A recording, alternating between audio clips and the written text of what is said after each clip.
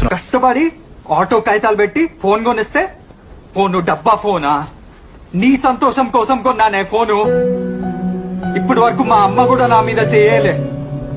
ఆ దొంగ నా కొడుకు వేసి నా మీద చెయ్యి. నీ కోసం తట్టుకున్నా.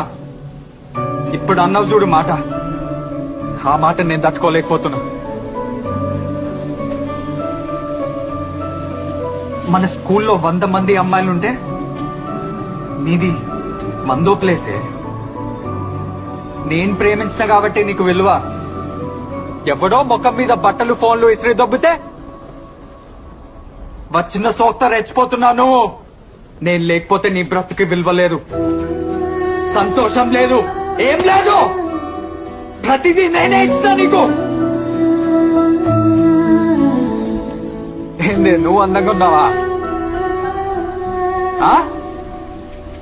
ఆ తలకి ఆ రంగు, ఈ బట్టలు అన్నీ తీసేసి 3 నెలల క్రితం వైష్ణవిలా ఉండు.